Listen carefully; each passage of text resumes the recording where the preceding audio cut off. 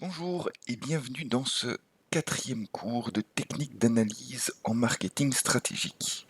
Alors aujourd'hui, on va faire une analyse des forces concurrentielles qu'on appelle aussi les 5 forces de porteur de l'auteur qui a développé le modèle. Alors avant ça, je vais rapidement faire le tour de ce qu'on a vu la fois passée. Donc, le premier cours, on a décrit ce qu'était un diagnostic stratégique. Le deuxième cours, on est parti sur ce qu'était une segmentation stratégique. Et ce troisième cours a donc été consacré aux analyses des marchés concurrentiels. On dit parfois aussi typologie des systèmes concurrentiels, ça marche aussi. Donc le principe est de décrire ces marchés sur 2 axes. Le premier étant l'axe vertical, le nombre de facteurs clés de succès possibles, et le deuxième, l'axe horizontal, la hauteur, la force, la solidité des barrières à l'entrée. Voilà. Donc, une fois qu'on a décrit ces 2 critères, on peut aller faire notre matrice et regarder quels sont les 4 types de systèmes concurrentiels qu'on a essayé de décrire. Et on a commencé par le système de volume, donc système de volume avec faible facteur clé de succès, et donc le facteur clé de succès, c'est le prix de vente. Et donc une forte barrière à l'entrée, c'est-à-dire comment est-ce que je vais pouvoir garantir un prix de vente inférieur à mes concurrents. Et on a regardé 4 choses qu'on pouvait faire. L'effet de volume, enfin les effets de volume, hein, avec dedans l'effet de taille, donc pouvoir mieux négocier avec son concurrent si on a des gros volumes. Économie d'échelle, savoir mieux amortir ses coûts fixes. L'économie d'expérience, et ben, pouvoir mieux s'exercer à s'améliorer. Voilà. Tout ça nous permet de créer un cercle vertueux parce que qui dit plus gros volume dit plus petit coût, et qui dit plus petit coût dit plus petit prix, et donc plus petit prix dit plus de volume, etc. On est reparti dans la boucle. On a aussi exploré 2 autres stratégies possibles, celle des économies de variété, hein, donc arriver à produire plusieurs choses à moindre coût que si elles étaient produites séparément, et les thématiques de délocalisation, hein, qui nous a permis finalement de regarder quel était le rapport à l'éloignement à la fois de nos ressources finalement et de notre marché qui était optimum. Voilà. Et alors évidemment, les enjeux, hein, risque de rigidité, éventuellement guerre des prix si on est plusieurs à s'attaquer à cette même stratégie en même temps et qu'on a la même force, on en reparlera encore aujourd'hui.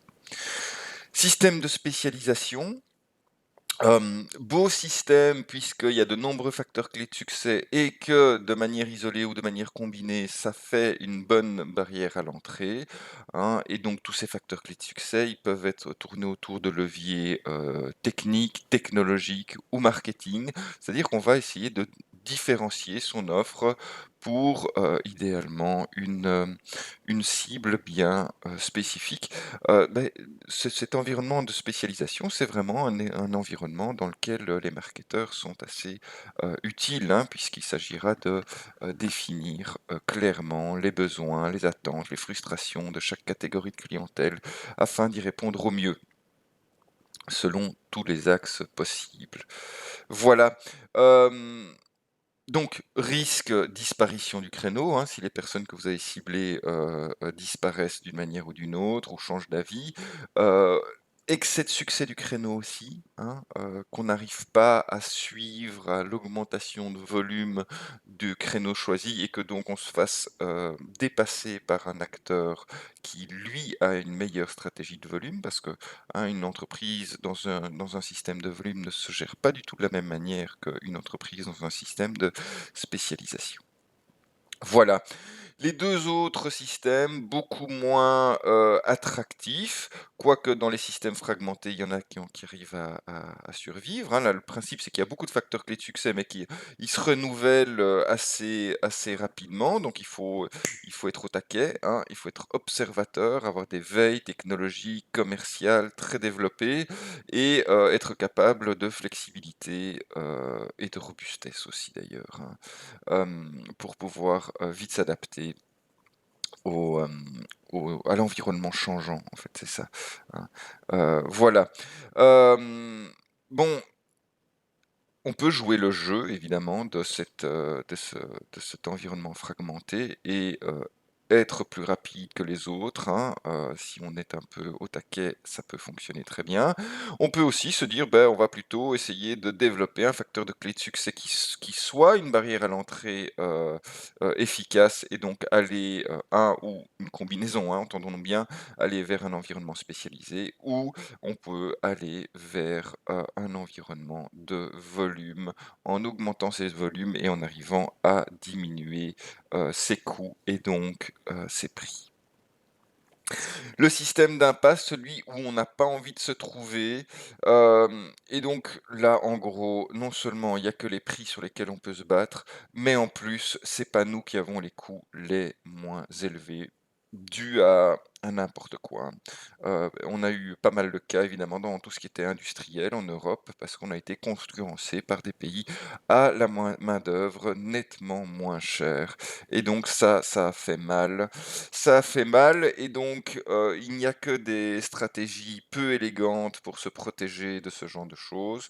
L'intervention publique, hein, l'entente ou la cartélisation, voire la croissance externe, ça c'est seulement si vous avez, une bonne liasse de billets ou un bon banquier qui vous suit et vous allez racheter votre concurrent, hein, ou racheter les ressources, moins chères, qui ont permis de vous mettre dans l'impasse. Hein, donc oui, ça c'est une manière de faire. Voilà, de manière, plus cohérente, en tout cas d'un point de vue macroéconomique, hein, on va essayer de transformer l'activité vers une spécialisation ou vers un volume et ça, il y a moyen de le faire. Alors, donc j'ai remis, ici en bas, notre vue, hein, des opportunités, enfin des points d'attention, pour, aller chercher des opportunités, des menaces, dans notre micro et dans notre macro environnement. Donc on a un peu fait le tour des forces de marché, hein, qui est un peu le rapport entre l'offre et la demande. On a vu comment faire une segmentation stratégique, besoins et demande, hein, besoin, ça je vous laisse, vous référer à votre cours de marketing, général, je vais pas repasser là-dessus, hein. Moi j'aurais plutôt même mis besoin et frustration, hein. J'aime bien hein, cette dichotomie-là, mais bon, besoin et demande, ça marche très bien. On a donc vu, en fonction de ces différents systèmes, eh ben, les différents types d'enjeux auxquels on peut être confronté, en marketing, hein, et de voir un petit peu dans quelle soupe, on se trouve. Heu, le coût du changement, on en reparlera, brièvement. L'attrait revenu, beh, ça, on a vu aussi que, beh, impasse, il y avait peu d'attrait revenu. Fragmenté, c'était challenging, donc il s'agissait, de d'avoir conscience qu'il y avait une partie, de la marge qu'il va falloir réinvestir, hein, dans tout ce qui est développement, marketing, et de veille technologique, commerciale. Recherche et développement, hein, donc ça, beh, du coup, moins attractif, enfin, sauf si vous arrivez à faire un coup unique et puis, hein, un hit and run comme on dit, hein, mais voilà, donc il y a beaucoup de coûts qui sont inhérents à cet environnement fragmenté. L'environnement volume qui offre une bonne sécurité, mais finalement une faible rentabilité puisque vous êtes obligé d'aller écraser votre prix de vente pour, conquérir des parts de marché. Bon, si vous arrivez évidemment à bout d'un moment à développer un monopole, évidemment vous allez pouvoir remonter, un petit peu vos marges, mais ça, le législateur va probablement essayer de vous en empêcher, hein, pour, maintenir le pouvoir d'achat du consommateur. Hem et alors, de l'environnement entre guillemets «idéal», hein, de spécialisation, en tout cas d'un point de vue à très revenu, dans l'environnement de spécialisation, là, il y a moyen de faire des marges, hein, importantes dues à, une différenciation adéquate pour une clientèle précise. Voilà, voilà. Oui, et on a aussi parlé un petit peu des forces macroéconomiques puisque, le fait d'être proche des matières premières et des autres ressources, peu coûteuses, hein, peut être quelque chose d'avantageux. Pour le reste des forces, macroéconomiques, je vous, renvoie vers votre cours de faits et institutions économiques.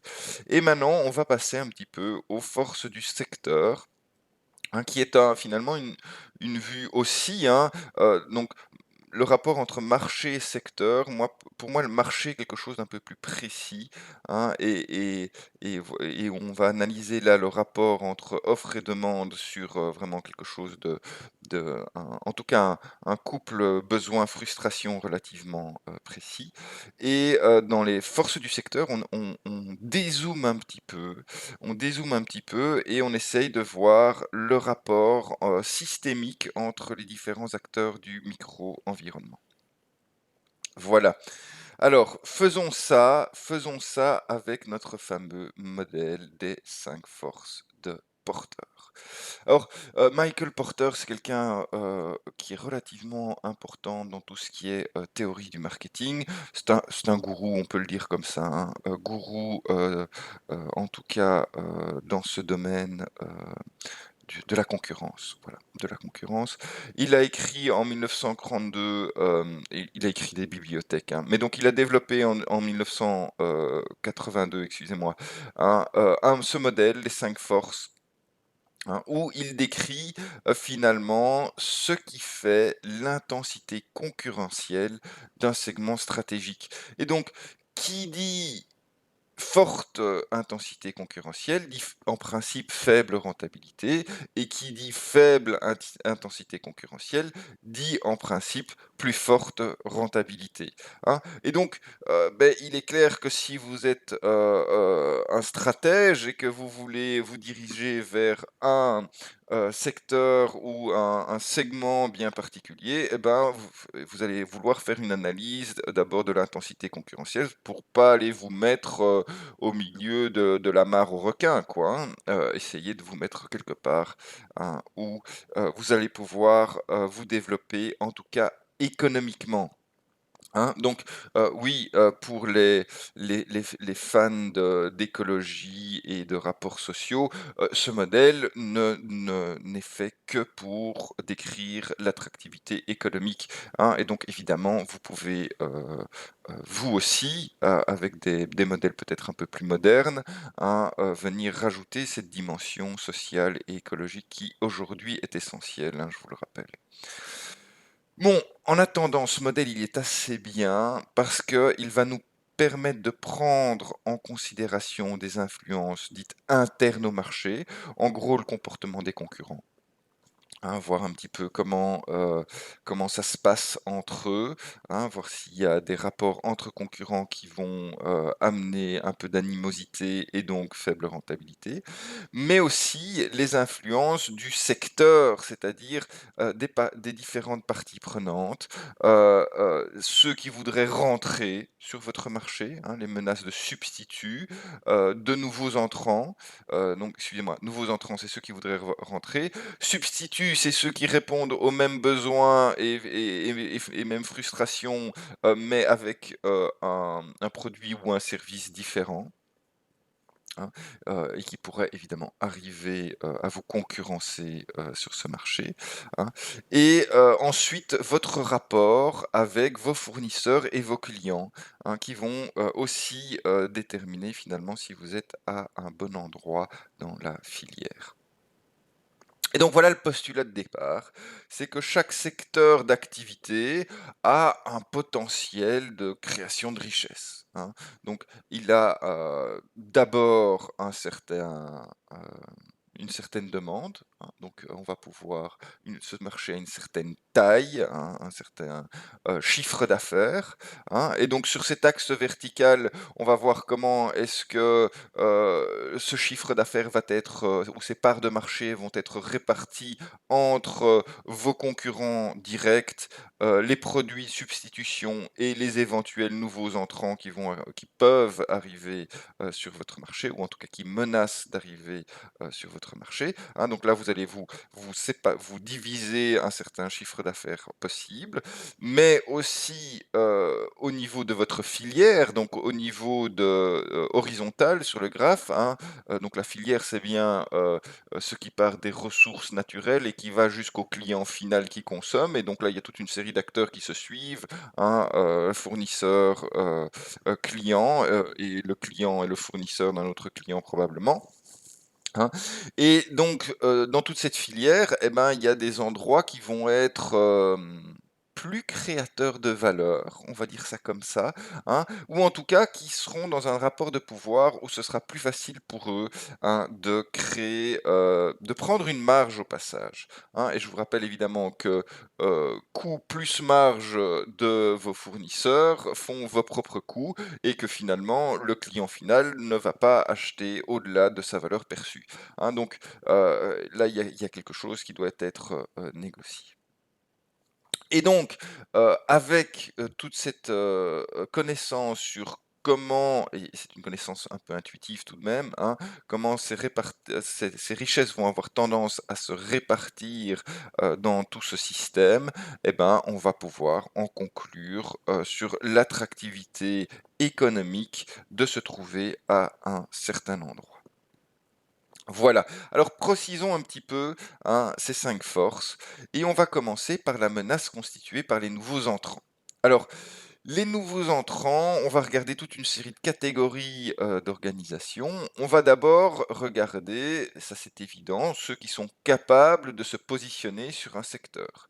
Alors, par capacité, on va faire le tour d'un certain nombre de ressources, hein, aussi bien financières qu'en termes de savoir-faire, qu'en termes euh, de positionnement, etc., hein, et aussi en matière de synergie, c'est-à-dire qui va avoir intérêt, hein, on va le voir, les synergies, enfin, on l'a déjà vu, hein, le fait de faire des économies de gamme, c'est quelque chose qui permet d'avoir un avantage, un facteur clé de succès, un avantage concurrentiel. Et donc, c'est clair que les entreprises qui ont cette possibilité-là auront plus intérêt à venir être des nouveaux entrants sur notre secteur. Voilà, on va aussi mettre ceux qui sont récemment arrivés, hein, qu'on pourrait peut-être éventuellement foutre dehors par une manigance stratégique, ou ceux qui sont sur le point de s'y installer, hein, et qui ont déjà, hein, positionné leurs pièces sur l'échiquier de notre secteur. Voilà, c'est clair qu'une fois qu'ils vont arriver, ça va accentuer la concurrence, puisque va falloir partager le même gâteau avec quelqu'un de supplémentaire, et éventuellement dégrader votre position concurrentielle si en plus ça s'adresse à la même clientèle que vous. Alors, c'est toujours un petit peu délicat. Il y a deux choses qu'il faut regarder. Il faut regarder pour évaluer la menace, hein, il faut regarder la hauteur des barrières à l'entrée, mais il faut aussi regarder la capacité de ces nouveaux entrants. Ok, donc il y a cette espèce de double facteur.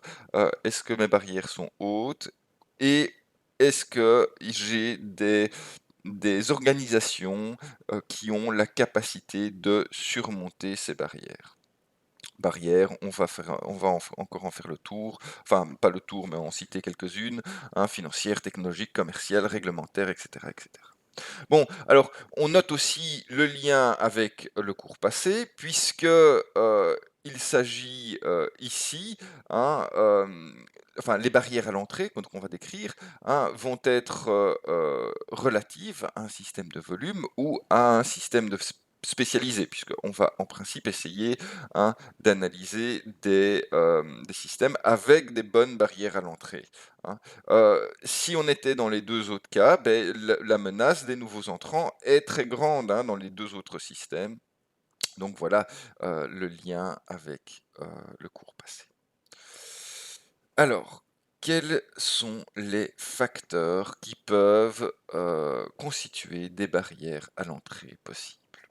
Il y a d'abord les effets de volume, on en a fait le tour, maintenant je vous les réexplique plus.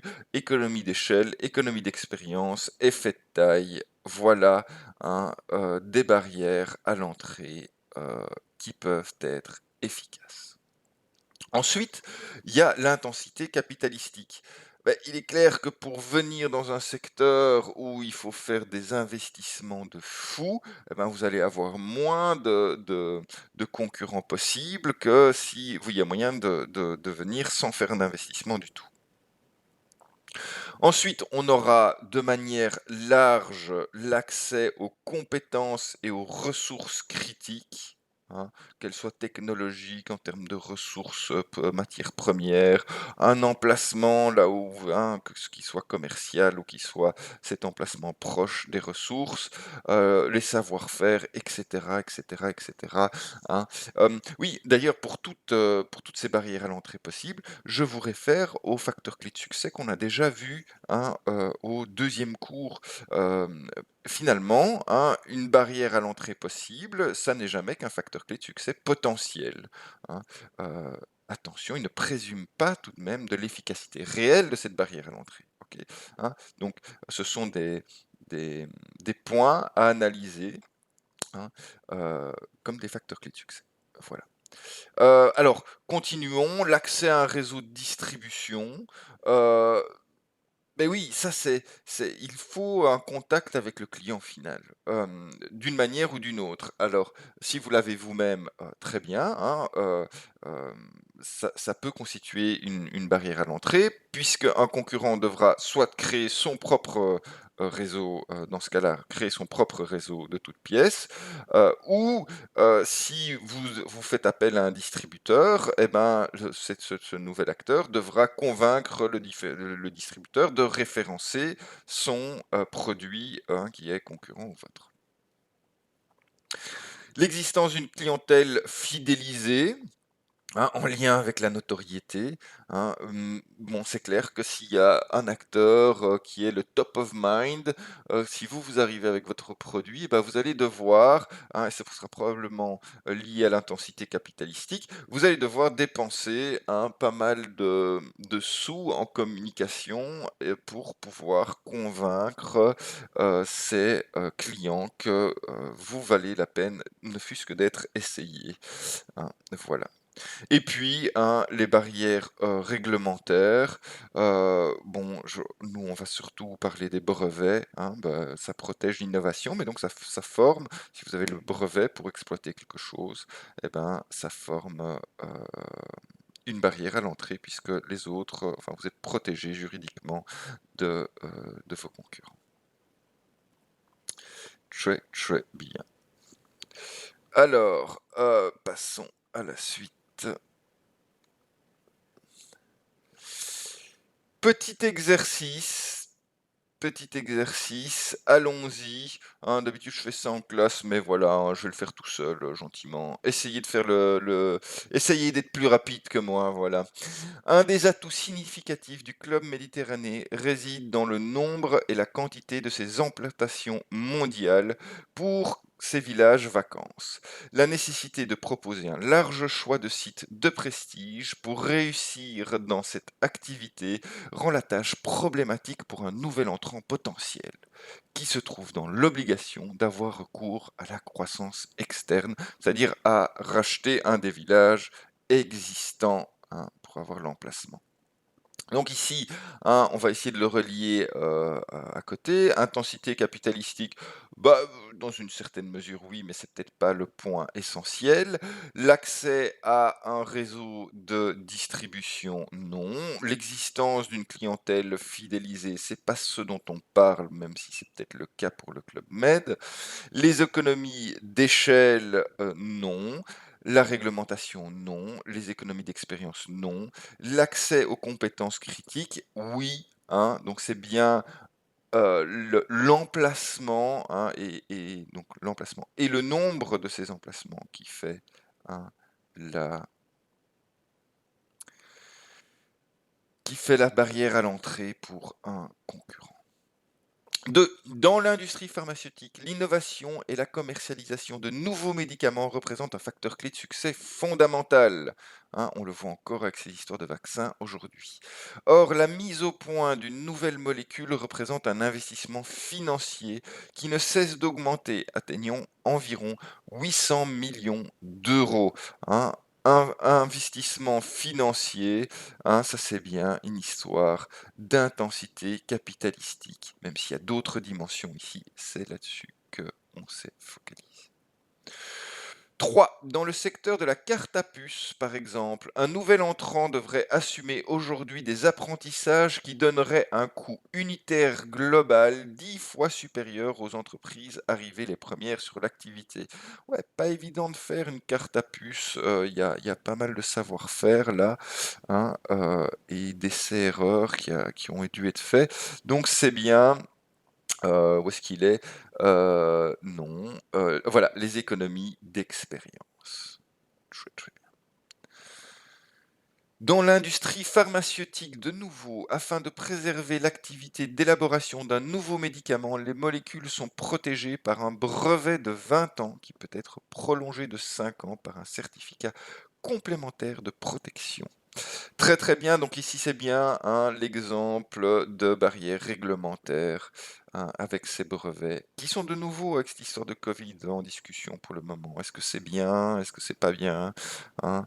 Euh, toute la thématique est dire que ça protège, en tout cas ça donne envie de faire de la recherche si on peut breveter les choses après.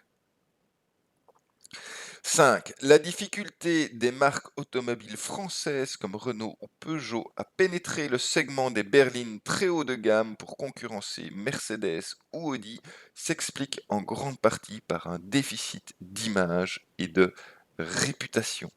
Hein. Ici, il s'agit, même si l'exemple est un peu périmé, parce qu'aujourd'hui, il y a d'autres acteurs qui viennent changer la donne, il s'agit bien d'un problème de notoriété et donc l'existence d'une clientèle fidélisée. Voilà.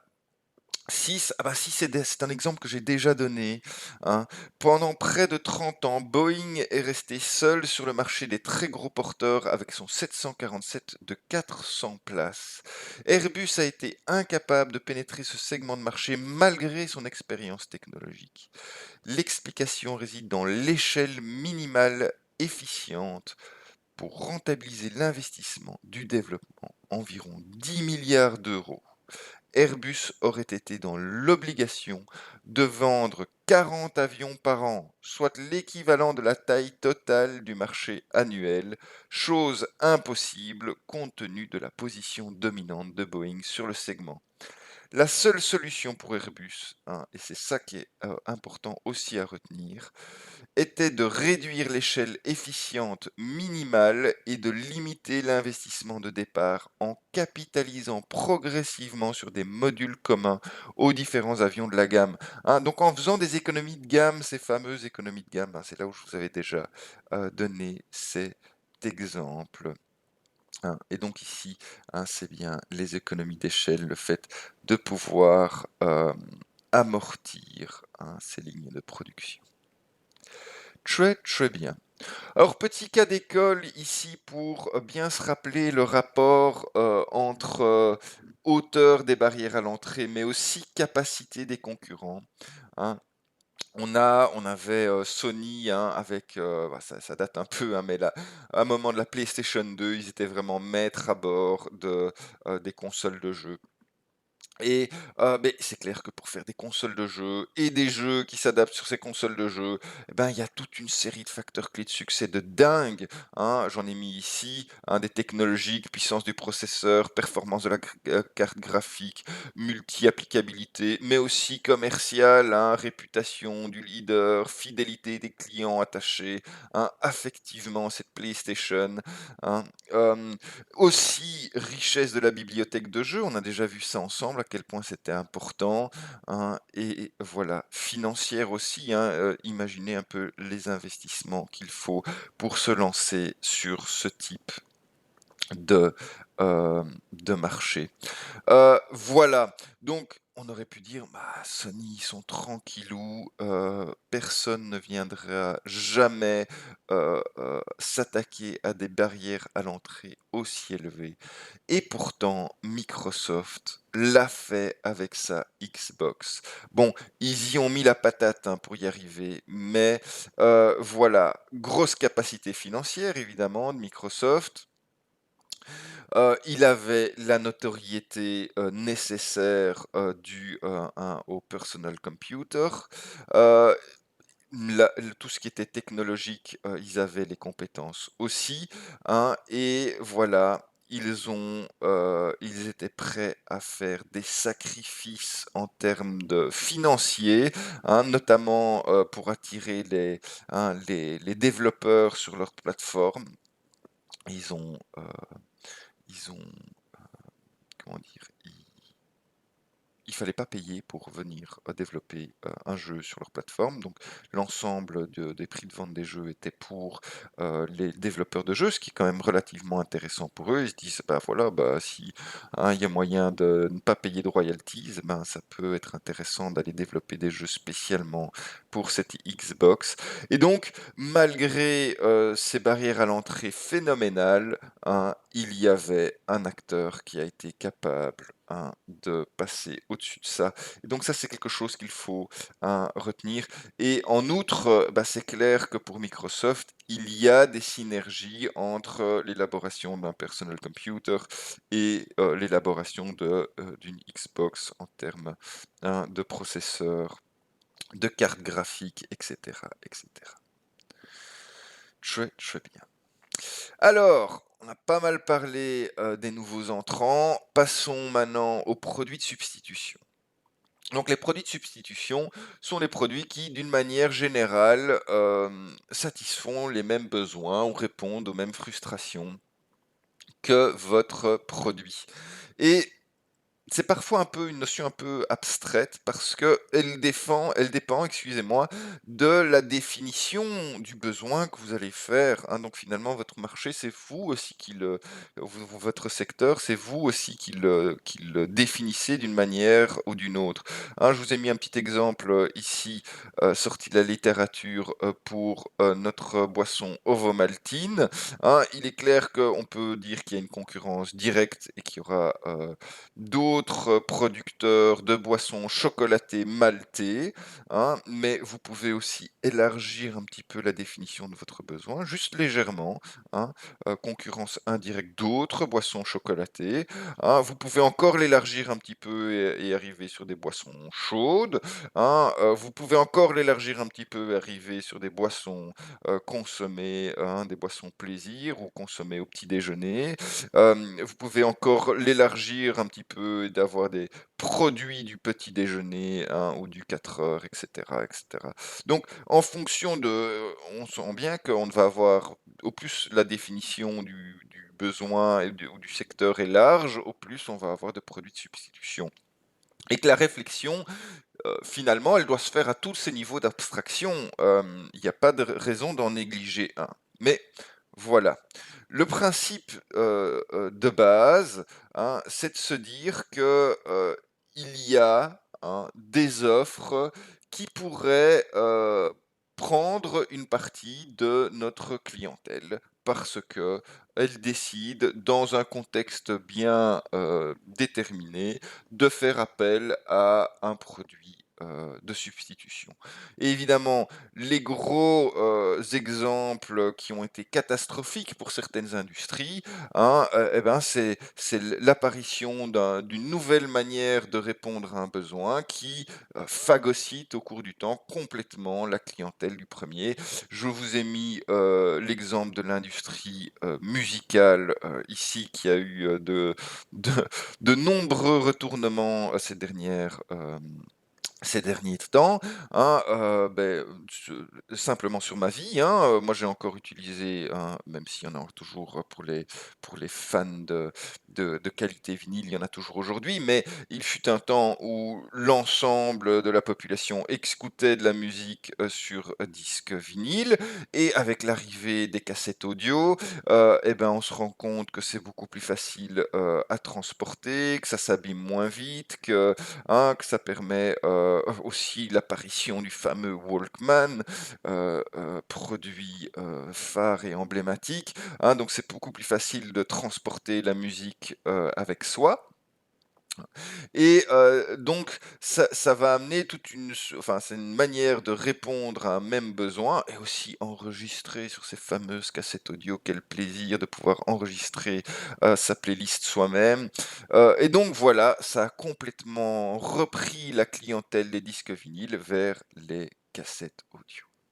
Alors, qualité sonore par contre un peu inférieure, ce à quoi va remédier le CD, hein, compact disque.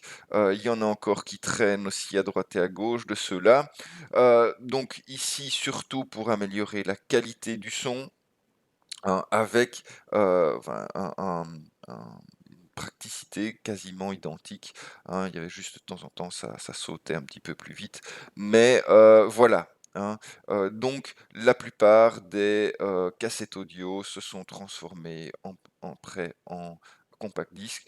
Et puis on a eu l'apparition des MP3, parce que ces CD étaient relativement chers en plus, hein, et donc cela, avec le piratage évidemment de ces morceaux de musique et l'échange gratuit en peer-to-peer en ligne, hein, qui a complètement euh, mis à mal le marché de la musique. Et puis, hein, ces plateformes de musique en ligne qui ont de nouveau bouleversé complètement ce marché-là. Alors, on sent qu'à chaque fois, hein, il y a eu deux choses qui ont été très importantes. La première, c'est qu'il y avait une certaine substituabilité possible, hein, donc c'était pas trop compliqué. Alors oui, bien sûr, pour passer de l'un à l'autre, il fallait souvent acheter un nouvel appareil, hein. Euh, ben oui, il faut acheter, hein, un lecteur de cassette audio pour passer du disque vinyle au cassette audio, un lecteur de compact disque, etc., un lecteur de MP3, quoique ceux-là, on arrive à les faire jouer sur l'ordinateur, hein. Euh, mais en gros, c'était pas une grosse dépense, et c'était de l'ordre du possible, et c'est pas qu'il faut non plus recomprendre complètement comment procéder, etc. Donc cette substituabilité, excusez-moi, elle est possible, ok.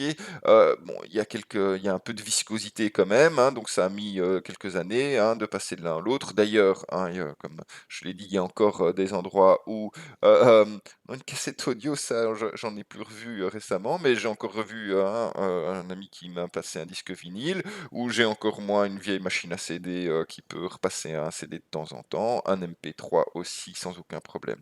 Donc il y a une certaine viscosité, mais il y a une substituabilité, donc ça veut dire que c'est relativement facile de passer d'un produit à l'autre.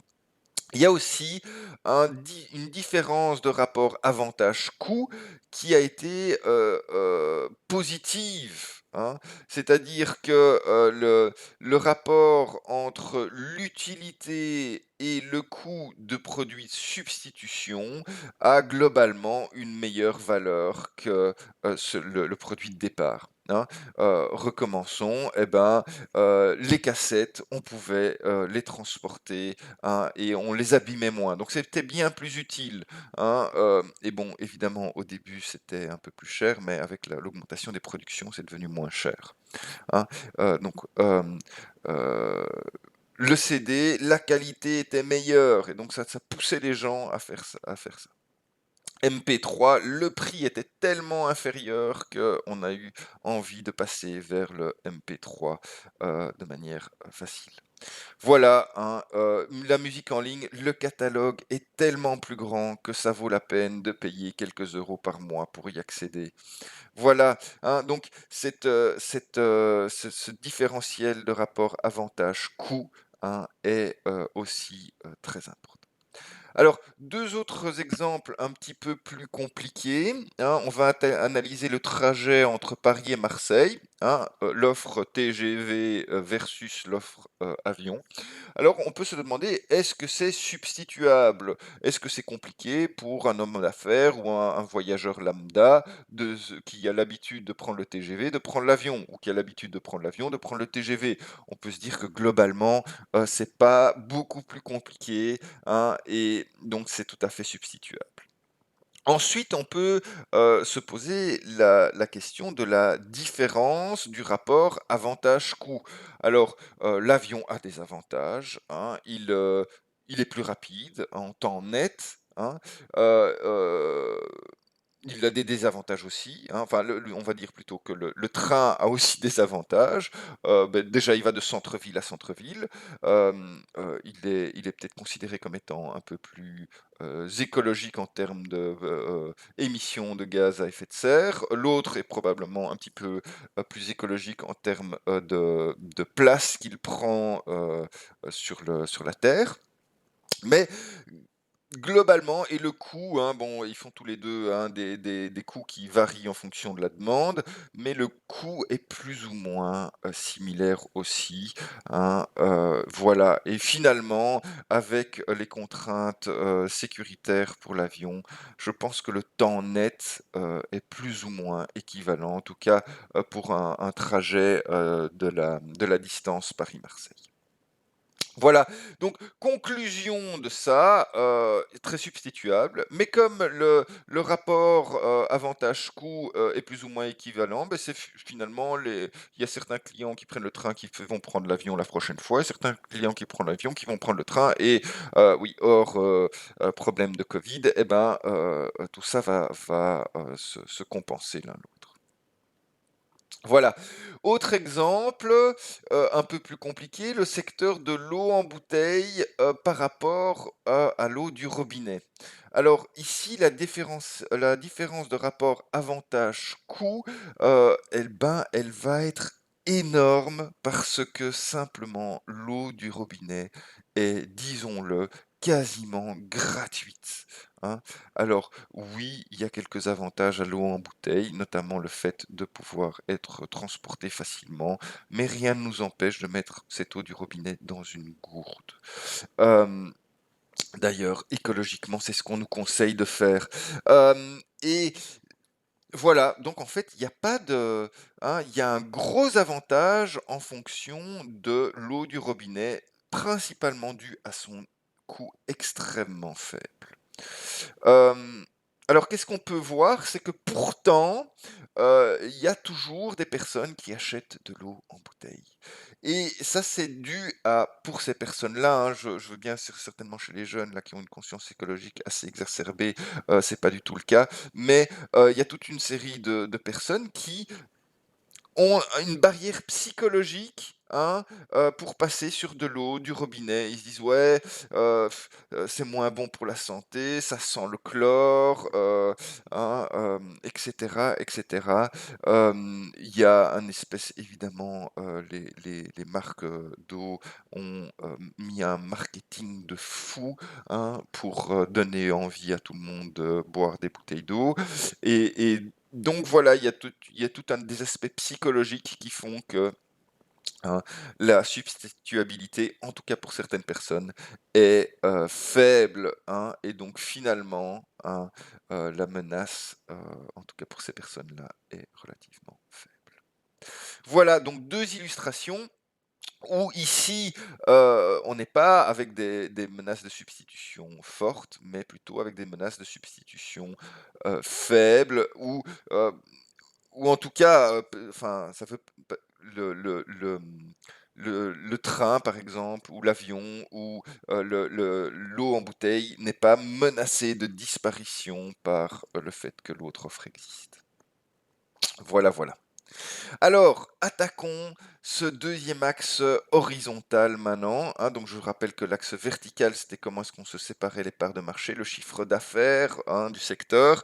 Maintenant, on va voir comment est-ce qu'on va se séparer cette marge, hein. Et bon, ici, je vais prendre les deux d'un coup, hein. On va voir le pouvoir de négociation des clients, mais pour avoir le pouvoir de négociation des fournisseurs, il suffira de renverser de renverser le système. Et vous avez compris que ceux qui sont clients, enfin, c'est le même rapport de force finalement. Il suffit de voir ce qui rend fort les clients rend faible les fournisseurs et vice-versa. Donc, la capacité des clients à influencer à leur avantage la relation, hein, avec leurs fournisseurs, eh ben, ça, c'est ce qui va leur donner du pouvoir. Alors, euh, il y a une confusion pour laquelle il faut réellement, contre laquelle, excusez-moi, il faut réellement lutter. C'est que les élèves ont tendance, quand on parle de client, à penser au client final. Mais attention, dans une filière, mon client, c'est la personne directement après moi dans la filière à qui je vends mes produits ou mes services, hein. Euh, le client final, hein, bah, par exemple, si moi je suis producteur, il y a une photo d'un rayon d'une grande distribution là. Si moi je suis producteur de n'importe quoi, de pâte à tartiner, eh ben, je vends cette production, pas directement au consommateur final qui va manger ma pâte à tartiner, mais à un distributeur, hein, ici une grande distribution, hein. Et donc, mon client, c'est le distributeur, c'est pas celui qui mange ma tartine, ma pâte à tartiner. Sauf évidemment si je fais de la vente directe, ce qui est encore autre chose. Voilà. Mais donc, le fait d'avoir une bonne capacité d'influence, que ce soit de ses clients ou de ses fournisseurs, va permettre de s'approprier une plus grande partie du profit total généré par la filière. Voilà, très bon exemple symptomatique aussi hein, dans le domaine du marketing, puisque hein, il y a pas mal de marketing qui est fait autour de produits qui se retrouvent en grande distribution, hein. Voilà, j'ai mis ici Carrefour, Colruyt, hein, pour qu'on s'imagine bien ce que c'est, hein. Donc c'est un supermarché finalement, hein, c'est un ensemble de supermarchés. Euh, et et il y en a pas tellement de différents supermarchés. En tout cas, hein, ils ont une grande capacité, hein, une grande force, hein, parce qu'on ne pourrait pas, par exemple, producteur, si je perdais mon client grand distributeur, eh ben, on sent bien que mes volumes de production vont être fortement diminués, hein. Et donc, c'est pas quelque chose qui va me faire plaisir de perdre ces parts de marché, ce volume hein, d'écoulement de ma production, hein. Et donc, euh, en contrepartie, ça veut dire que quand je négocie avec ce grand distributeur, eh ben, c'est compliqué, hein. Il a beaucoup de pouvoir. Il va pouvoir m'imposer des délais de paiement de fou, hein. Donc il dit, ok, je te prends ta marchandise, mais ouais, je paierai ta facture, mais hein,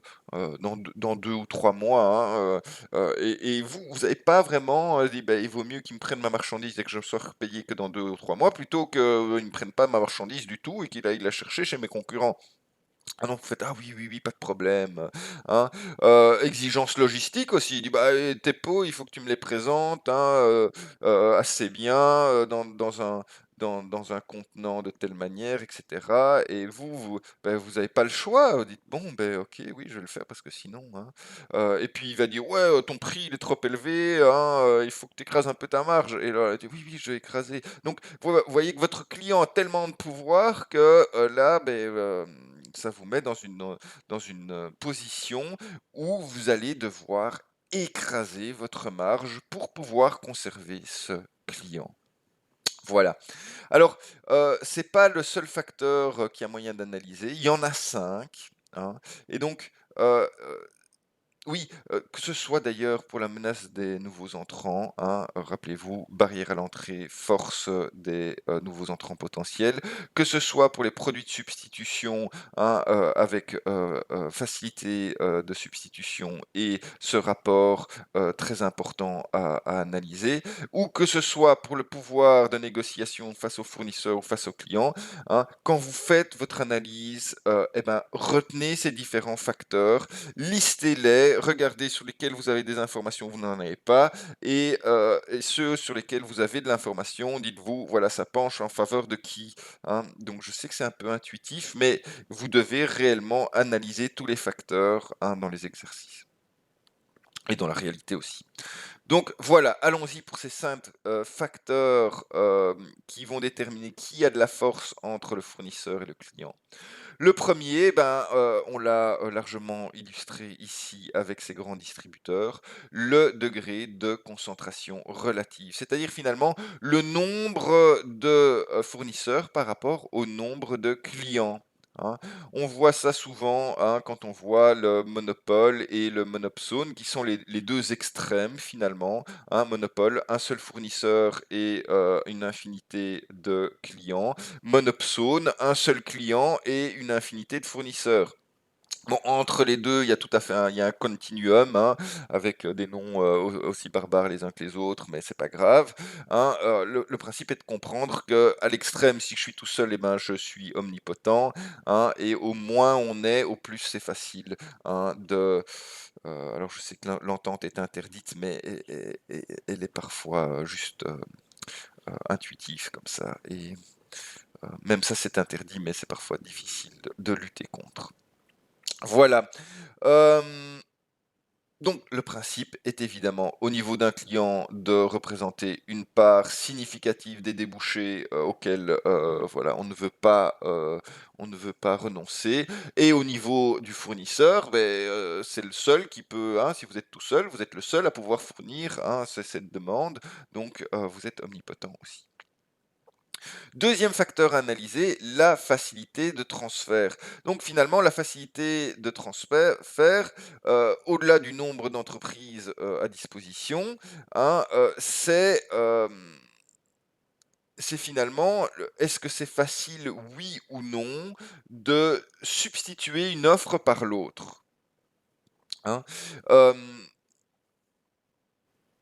Est-ce que pour quelqu'un, c'est pour un client lambda, c'est coûteux, voilà. Est-ce que c'est coûteux d'aller changer de fournisseur? Et je vous ai mis un exemple que vous allez, probablement reconnaître si vous avez déjà tenté le changement, hein, entre différents, OS, hein, donc entre différentes, systèmes d'exploitation de votre, ordinateur, hein. Bon, pour faire simple, hein, là j'ai mis Mac, Windows et Ubuntu. Bah, par exemple, moi, j'ai appris, hein, à utiliser Windows pendant toute mon adolescence, hein, et vous me mettez un Mac devant moi, mais je comprends même pas comment ça fonctionne ce truc, hein. Ça m'arrive de temps en temps qu'on m'en présente un pour que je doive montrer quelque chose, hein, sur le PC d'un élève ou quoi que ce soit, et je monte une chic, j'arrive déjà même pas à utiliser la souris, hein, ou l'écran tactile, ça fonctionne pas. Donc c'est quelque chose qui est, voilà, il y a une certaine rigidité au transfert. Hein, et j'ai tenté aussi, pour faire, des économies en termes de hardware pour mes enfants, hein, de passer sous Ubuntu. J'ai installé ça sur des vieux PC. Entre parenthèses, ça fonctionne très bien sur des vieux PC un peu, moins performants, hein, et ben, ça m'a un peu piqué aux fesses, hein. C'est bien parce que j'économisais l'achat de quelques PC que je l'ai fait, jusqu'au bout, et j'en suis très content maintenant, mais ça m'a pris, une semaine pour pouvoir, hein, comprendre quelle était la nouvelle logique de, ce nouvel, OS. Voilà, hein. Donc là, il y a en tout cas un certain frein au transfert, OK? Donc au moins il y a de frein au transfert, au plus, hein, si je suis client et qu'il y a moins de freins au transfert d'un fournisseur à l'autre, ça veut dire que je vais pouvoir papillonner, hein, dire bah, cette fois-ci, l'autre me fait un meilleur prix, donc je vais prendre celui-ci, hein, et la fois d'après, ah non, celui-là me fait un meilleur prix, je vais prendre plutôt celui-là. Tandis que si il n'y a pas de facilité de transfert, vous allez dire ouais, ok, je sais pas, moi j'ai, hein, ben, c'est Mac le plus cher, donc ouais, j'ai appris sur Mac, maintenant j'ai l'habitude. Ouais, d'accord, ils sont 2 fois plus chers, mais je vais quand même racheter un Mac parce que voilà, ça m'enquiquine de passer une semaine à apprendre un autre système d'exploitation, fût-il gratuit. Voilà. Très bien. Troisième facteur à utiliser, la capacité d'intégration amont. Ça, c'est la capacité finalement à réaliser soi-même ce que le fournisseur nous fournit, hein. Il est clair que voilà, fais-moi quelque chose et puis si tu me demandes trop cher, bah, je le fais moi-même et puis c'est tout, hein. Ben, ça, c'est un peu compliqué. Ou même la capacité à racheter un des concurrents de mon fournisseur ou de le racheter concurrent. Je dis, ben voilà, si, écoute, si tu hein, me fournis pas ça à un meilleur prix, moi je vais racheter ton concurrent, je vais le faire moi-même, hein. Ah bah hein, dans le pouvoir de négociation, ça va changer quelque chose. Celui-ci est un peu plus délicat, hein, un peu plus raffiné. C'est le degré de qualité lié. En fait, c'est la possibilité pour moi, client, de faire quelque chose de qualité malgré que mon fournisseur me fournisse quelque chose qui ne soit pas de qualité, hein. Ou dit autrement, est-ce que je suis dépendant de la qualité de ce que me fournit mon fournisseur pour moi-même fournir de la qualité à mon client? Si je suis dépendant de mon fournisseur pour faire de la qualité, eh ben ça donne du pouvoir à mon fournisseur parce que hein, si je lui dis ouais mais fais-moi un prix, il me dira bah écoute t'as qu'à aller voir ailleurs et je dis ouais mais non je vais pas aller voir ailleurs parce que si je vais voir ailleurs hein, la qualité sera moins bonne et mon client à moi sera moins satisfait, hein, et donc je vais perdre en marge, en crédibilité, etc., etc. Donc voilà un petit peu hein, le degré de qualité lié et son principe. Et finalement, le grand classique, je vais pas revenir dessus, hein, le décalage entre l'offre et la demande, celui-là, je vous renvoie à votre cours de faits et institutions économiques. Il est clair que si il y a plein de gens qui offrent des bics, mais qu'il y a enfin qu'il y a plutôt plein de bics sur le marché, mais qu'il y a que de la demande pour quelques bics, eh ben ça va faire diminuer les prix, hein, ça c'est microéconomique. Voilà, alors bah, je vais de nouveau jouer tout seul, hein, en imposant à leurs clients des durées d'abonnement minimales de 12 à 24 mois, ce qui y est devenu interdit, les opérateurs de téléphonie mobile cherchaient précisément à limiter le fait que les consommateurs puissent changer d'opérateur facilement. La facilité de transfert. Le cas des grands distributeurs généralistes est un exemple édifiant de, celui-là on a bien vu, degré de concentration relative, car il représente très souvent le client majoritaire des entreprises industrielles. C'est l'importance, alors on va quand même lire la suite, qui permet aux fournisseurs de moteurs de l'industrie aéronautique de contrebalancer le pouvoir des avionneurs. Alors oui, hein, celui-là, il mérite réflexion. Alors essayez de le trouver vous-même, hein. On voit déjà que le pouvoir des avionneurs, il n'y a pas 36 000 avionneurs. Donc, je me retrouve à faire des moteurs. Il y a plus de gens qui font des moteurs que de gens qui font des avions. Et donc, le degré de concentration relative est plutôt au désavantage du fournisseur de moteurs. Seulement, il est très compliqué de faire un avion de qualité avec un moteur de merde. Ok, en gros, si vous avez beau être aussi bon que vous voulez, faire un avion qui du feu de Dieu, si votre moteur tombe en panne en plein milieu des airs, votre avion sera un mauvais avion, hein.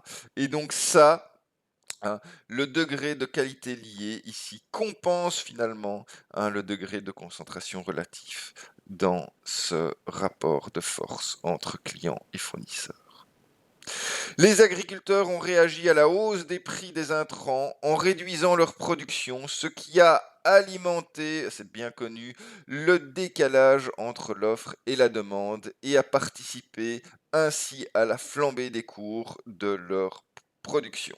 Hein, cas évidemment dans tout ce qui est agroalimentaire, hein, de produits de base et l'agroalimentaire assez courant vu l'inélasticité du marché.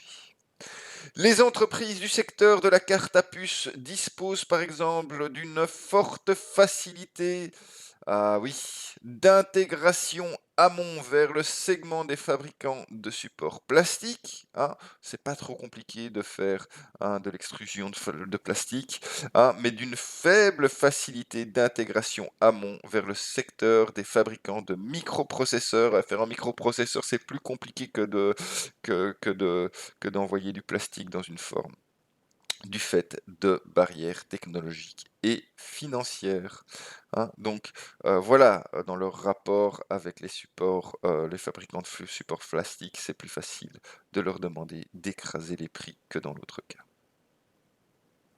Voilà. Alors, quand j'essaye de vous mettre un cas, évidemment ici c'est un cas un petit peu truqué, hein, mais pour voir un petit peu comment est-ce que vous devez analyser les choses. Vous avez d'un côté ici les producteurs de produits cosmétiques, hein, avec trois types de producteurs, hein, et donc quand vous faites cette analyse des forces de porteurs, eh ben, vous analysez ça pour chaque producteur et pour chaque client. Ok, donc le rapport de force est différent avec chaque producteur et avec chaque client.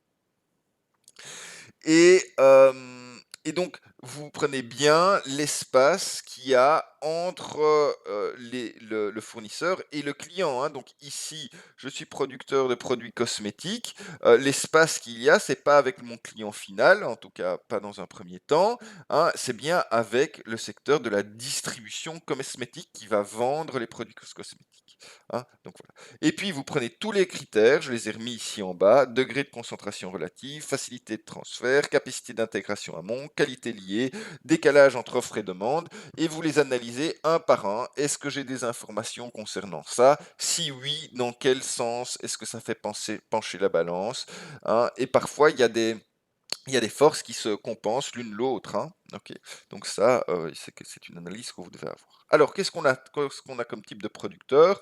On a des grandes entreprises spécialisées dans la fabrication de cosmétiques. Je vous en ai mis quelques exemples. On a des entreprises spécialisées de taille plus modeste avec des positionnements très focalisés, hein. Et puis, on a les leaders mondiaux de produits de consommation courante, hein, qui font toute une gamme de choses. Ok, donc trois types de producteurs, hein. Et en termes de distribution, on a quelques groupes de distribution de taille régionale en Europe et un reste qui est composé de très nombreuses entreprises de taille réduite. Les distributeurs capitalisent sur l'image différenciée des marques de produits cosmétiques. Donc voilà les informations dont on dispose, hein, et donc vous prenez chacun de vos facteurs, par exemple, degré de concentration relative. Et ben, si j'ai à droite, hein, de très nombreuses entreprises de taille réduite en distribution de cosmétiques, eh ben, c'est clair que ça va faire pencher la balance, la force, vers mes producteurs de cosmétiques. Facilité de de transfert. On voit que LVMH a pu créer sa propre société de distribution Sephora. Donc on dit que la plus grande facilité de transfert qu'on a, c'est des producteurs pour eux, il est possible de racheter ou de faire la même chose que un distributeur. Ok, donc de nouveau, un point supplémentaire en faveur des producteurs de produits cosmétiques. Excusez-moi, j'ai dit facilité de transfert, mais c'était capacité d'intégration amont. Facilité de transfert, bon, on n'en parle pas trop, heu, bon, on n'en parle pas donc on passe, hein. Qualité liée, ça par contre, on en parle, hein. On nous dit que les distributeurs capitalisent sur l'image différenciée des marques des produits cosmétiques, hein. Donc ça veut dire que finalement, il est difficile pour un distributeur de cosmétiques de vendre quelque chose sans avoir l'image de marque et des producteurs de production cosmétique, hein. Donc, de nouveau, un point en faveur des producteurs. Donc, on est 3-0. On a bien un avantage au niveau de la négociation en faveur des producteurs de produits cosmétiques. Voilà donc le type d'analyse que je vais vous demander dans le cas pratique. Alors il nous reste la rivalité intrasectorielle, hein, donc le centre de nos 5 forces de porteurs, hein. Bon, il est clair qu'au plus il y a rivalité, au moins la rentabilité sera grande, hein. Et donc on va essayer de mesurer l'intensité de l'agressivité des politiques commerciales en termes de promotion, d'investissement, hein, de renouvellement constant, etc., etc. Voici quelques indicateurs 4 de l'intensité ou de la rivalité intrasectorielle. Le premier, c'est l'équilibre des forces en présence sur le secteur. Alors, si on a des gens, enfin on a des acteurs de force équilibrée, ça veut dire qu'ils risquent très fort de se battre sur les mêmes terrains. Et que quand l'autre acteur a réussi à trouver un avantage, je vais aller m'installer essayer de lui shipper cet avantage d'une manière ou d'une autre. Et puisque on a des forces plus ou moins équivalentes, on va réussir en tout cas à ce que l'autre ne prenne jamais l'avantage. Et donc ça va augmenter la lutte concurrentielle, hein. Donc voilà, si je vois que j'ai un nombre d'acteurs important de taille similaire, mauvais indicateur, mauvais indicateur. Ça, c'est ça. Le deuxième, c'est celui que vous devez regarder absolument, le taux de croissance de la demande. Ok, est-ce que je suis sur un marché en croissance ou est-ce que je suis sur un marché en maturité ou à décroissance, en décroissance? Il est clair que si je suis sur un marché à maturité ou en décroissance, si je veux augmenter la taille de mon entreprise, hein, ce qui est souvent le but des gestionnaires d'organisation, hein. Il y a un espèce de biais à ce niveau-là. Et certainement, si je suis en décroissance, je veux conserver ma taille pour pouvoir conserver de l'emploi pour mes salariés, etc., hein. Mais c'est clair que ces parts de marché, je vais devoir aller les shipper, hein, chez mes concurrents. Et puisque je dois les shipper à mes concurrents, ben, je vais devoir convaincre leurs clients de venir chez moi. Et donc ça va augmenter la rivalité concurrentielle. Par contre, si la demande est en croissance constante, eh ben, chaque fois que je vais vouloir grandir, eh ben, je vais pouvoir aller chercher ces nouveaux clients qui arrivent sur mon marché. Et donc ça va être intéressant, hein, d'être sur ce type de marché parce que je vais bien laisser tranquillement mes concurrents avec leurs clients et je vais plutôt essayer de séduire, hein, les nouveaux clients, hein, ou en tout cas, ça va me permettre de conserver ou d'augmenter ma taille de relativement facilement. Alors, un dont on a déjà parlé, l'augmentation des capacités de production et l'existence de barrières à la sortie. On a vu que c'était un des dangers, des systèmes de volume. Bah oui, hein, si tout le monde augmente ses capacités de production en même temps, hein, finalement, c'est une combinaison entre l'équilibre des forces en présence et l'augmentation des capacités de production avec barrière à la sortie, hein. Euh, mais donc voilà, parce que ça marche même s'il y en a un acteur qui augmente ses capacités de production, mais que globalement tous les acteurs ça leur coûte de sortir, hein. Je rappelle que, les barrières à la sortie, c'est, le fait que ça me c'est moins pénalisant de continuer à produire à perte que de me débarrasser de mes actifs coûteux à un prix, dérisoire. Voilà, c'est ça que ça veut dire. Hein. Mais donc la combinaison des 2 fait que, et ben, je on augmente la capacité de production. On a un rapport qui fait que, les prix vont se mettre à chuter, mais donc ils chutent sous mon coût de revient total, mais je continue à vendre parce que je suis encore au-dessus de mon coût, de revient, variable, hein, et donc je suis encore rentable en coût partiel et donc je continue à produire, mais en gros, c'est la catastrophe, hein. Je sauve les meubles, c'est tout, hein. Et donc vous avez pas envie de rentrer sur un marché où on sauve les meubles. Non, vous voulez rentrer sur un marché où il y a de la marge à faire. Voilà, et puis finalement, bah, celui-là, il est aussi assez logique, hein, la nature du produit ou du service, c'est aussi il y a aussi un lien avec la BCG2 là, ici, hein, puisque, qui dit produit banalisé, dit au mieux domination par les coûts, OK? Puisqu'il y a une rivalité sur le prix, hein, et donc là, il y a un certain vu qu'il y a rivalité sur le prix, finalement, il y a un transfert de richesse vers, les clients. Donc, en fait, ce qu'on nous dit ici, hein, c'est ce qu'on sait déjà, c'est qu'il vaut mieux être dans un environnement spécialisé avec de nombreux facteurs clés de succès, chacun pour une clientèle différente et qui nous protège les uns des autres tranquillou. Voilà, voici quelques exemples pour terminer, hein, bah, le secteur des ordinateurs, portables, hein, où on voit, je vais lire avec vous, plus de 120 entreprises se partagent le marché mondial sans qu'aucune ne domine véritablement.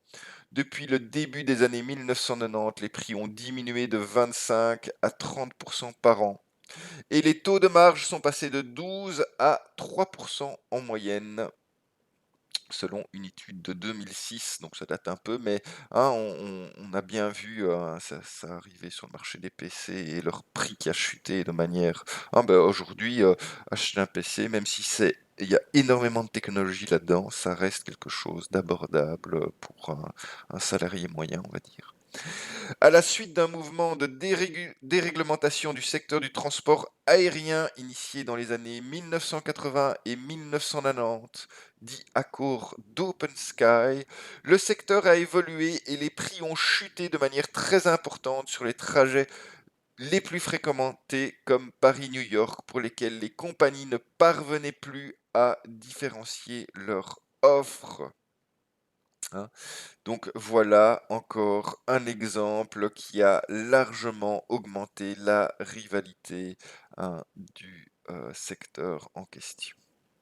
Dans le secteur de l'eau en bouteille, deux entreprises de taille équivalente, Nestlé et Danone, le leader en volume et le leader en valeur, s'affrontent pour la maîtrise d'un marché dont la croissance ralentit, et on sait pourquoi, notamment sur le marché traditionnellement le plus important, l'Europe. En outre, les challengers Coca-Cola et Pepsi, qui représentent une part de marché limitée du marché de l'eau, mais peuvent s'appuyer sur leurs autres activités pour financer leur développement et leur investissement dans le domaine de l'eau, deviennent de plus en plus menaçants. Il y a d'ailleurs eu depuis quelques rachats. Ils peuvent notamment s'appuyer sur leur réseau de distribution existant. Ces quatre opérateurs principaux s'affrontent en multipliant les innovations portant à la fois sur les produits eau aromatisés par exemple et sur le packaging Bouchon Sport par exemple ou écologique. Les budgets de communication et de publicité sont considérables et alimentent le lancement permanent de marques nouvelles. Ces éléments nous conduisent à conclure à l'existence d'une forte rivalité intrasectorielle au secteur de l'eau en bouteille.